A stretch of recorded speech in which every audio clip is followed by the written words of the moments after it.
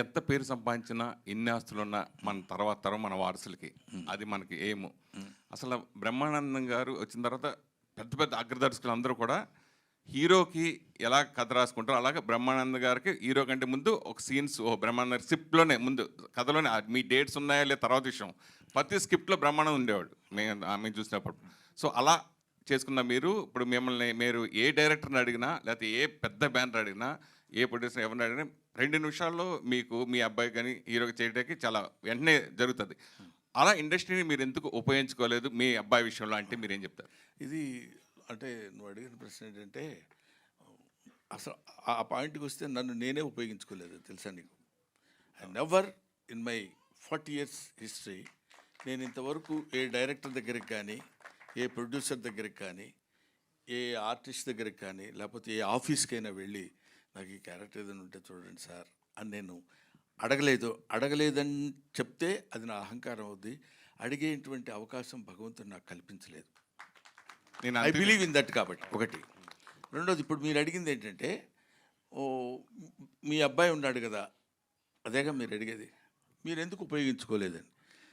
This is మీరు నమ్మినా నమ్మకపోయినా, మీరు యాక్సెప్ట్ చేసినా చేయకపోయినా, మీరే కాదు ఎవరైనా, డెస్టినీ. ఇక్కడ డెస్టినీ టేక్స్ ప్లేస్. దానికి మించింది ఏదీ లేదు. అది జరగాలనుకుంటే అలా జరుగుతుంది, అది జరగకూడదు అనుకుంటే ఏం చేసినా మానదు. కాబట్టి you keep on doing your job. మనం ఇది ప్రయత్నం చేద్దాం, అది ప్రయత్నం చేస్తే అయ్యేవాడు అయితే నువ్వు ఎంత బిగ్గెస్ట్ ప్రొడ్యూసర్ అయి ఉండేవాడు సురేష్ చెప్పు.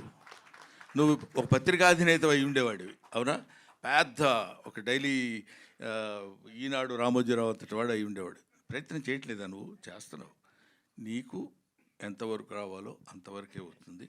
బట్ అది ఎలాగో వచ్చేది వస్తుంది కాబట్టి మనం సైలెంట్గా కూర్చోవడం అని కాకుండా, ఎందుకంటే చిన్న ఫిలసాఫికల్ ట్రెండ్ ఉంటుంది కాబట్టి చెప్పట్లా నేను, ఇదేదో కొంచెం సరదాగా జరుగుతున్న ఇది కాబట్టి. అందువల్ల ఎవరు ఏదో చేసేద్దాం అనుకుంటే అవ్వలేరు.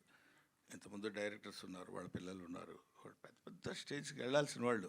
కొంతమంది వెళ్ళలేదు, కొంతమంది వెళ్తారు. అందుకే నేను ఇంతకుముందు ఎప్పుడు చెప్తుండేవాడిని, ఇక్కడ సర్కస్ లైట్ అని ఒకటి చెప్తుండేవాడిని నేను. ఎందుకంటే సర్కస్ స్టార్ట్ అయ్యే ముందు లైట్ ఒకటి వేస్తాడు, పెద్ద లైట్. అది అదే లైట్ వేసాడు అనుకొని సర్కస్ స్టార్ట్ అవుతుందని మనకి సిగ్నల్ అది.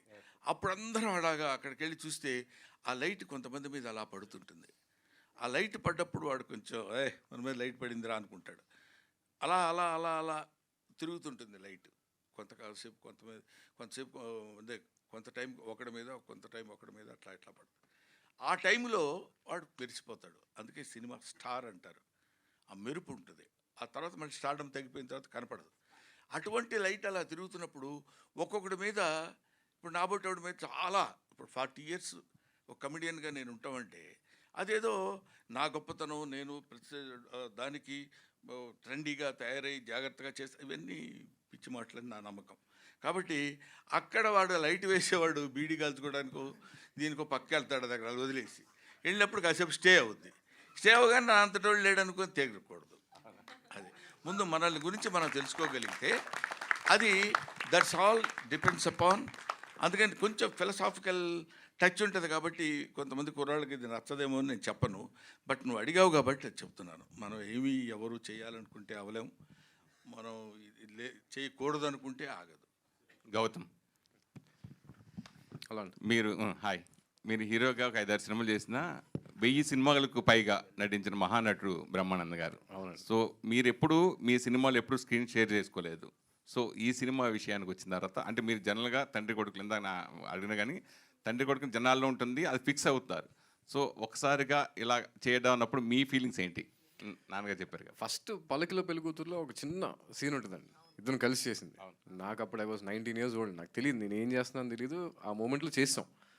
ఇప్పుడు ఎక్స్పీరియన్స్ చేసుకుంటూ వచ్చిన తర్వాత ఫస్ట్ టైం ఈయన్ని ఎదురుగా ఆయన అక్కడ కెమెరాలో యాక్షన్ అయిన తర్వాత ఆయన నేను పర్ఫామ్ చేస్తున్నామంటే అది డెఫినెట్గా ఇది అంటే నాకు మిగతా తర్వాత ఎన్ని సినిమాలు చేస్తానో ఏంటో నాకు తెలియదు, కానీ ఈ సినిమా మాత్రం it is very close to my heart.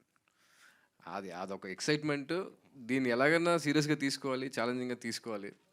ఆయనతో పాటు చేస్తున్నారంటే గ్యారంటీగా చాలా కంపారిజన్స్ వస్తాయి, చాలా మాట్లాడతారు, ఇవన్నీ ఉంటాయి, అన్నీ పిన్ పాయింటెడ్గా చూస్తారు. సో ఒళ్ళు దగ్గర పెట్టుకుని ప్రతి షాట్ షూటింగ్ స్టార్ట్ అయిన దగ్గర నుంచి షూటింగ్ స్టార్ట్ అవ్వక ముందు నుంచి చాలా కేర్ఫుల్గా ప్రతి షాట్ జాగ్రత్తగా ప్లాన్ చేసుకుని ఒక వర్క్ షాప్ చేసుకుని అన్నీ చేసుకున్నాను. The most happiest and very exciting thing that happened. Raju